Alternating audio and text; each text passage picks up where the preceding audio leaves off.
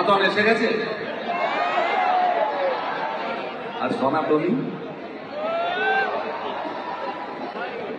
সনাতন মানে সনাতন ভারতের কথা বলছি, আসেনি তো এখনো।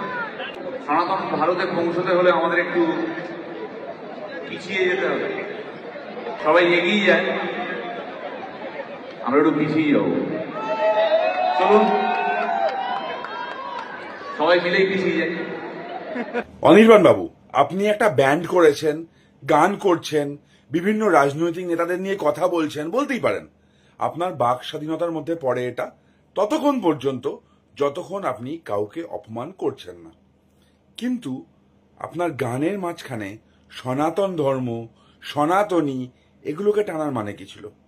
এগুলোকে নিয়ে খিল্লি করার কারণ কি ছিল? আর দেখলাম কিছু বেজন্মাও ছিল ওখানে, যারা খুব হাসছিল সনাতন এবং সনাতনীদের নিয়ে যখন আপনি খিল্লি করছিলেন। তখন সাহস হবে নাকি অনির্বাণ বাবু একটু ইসলাম নিয়ে এরকম কিছু বলার?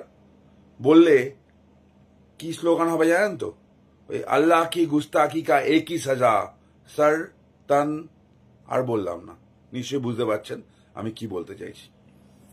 আপনাকে শুধু এইটুকু মনে করাতে চাই, গান করুন, আপত্তি নেই, নিজের মতো গান করুন, কোনো আপত্তি নেই, কিন্তু দয়া করে হিন্দু ধর্ম, সনাতনীদের, সনাতন এগুলো নিয়ে খিল্লি করার চেষ্টা করবেন না। আপাতত শুধু এমনি বললাম, পরের বার আবার যদি করেন তাহলে কোর্টে দেখা হবে, এবং আপনাকে গ্যারান্টি দিচ্ছি ভারত ভ্রমণের ব্যবস্থা আপনার করা হবে। আপনাকে আরো একটা কথা মনে করিয়ে দিই, এই যে বড় বড় ফটর ফটর করতে পারছেন না, তার জন্য নিজের বাবা মাকে ধন্যবাদ জানান। তারা সেই বিশেষ রাতে মেডিকেল স্টোরে যায়নি বলে। ধন্যবাদ জানান আপনার জন্ম এই মাটিতে হয়েছে, এই সনাতনের ভূমিতে হয়েছে, এই সনাতনীদের ভূমিতে হয়েছে। না হলে অন্য কোনো দেশে, কোনো ইসলামিক দেশে যদি আপনি ইসলামের বিরুদ্ধে কথা বলতেন তাহলে কি হতো আপনি নিজেও জানেন।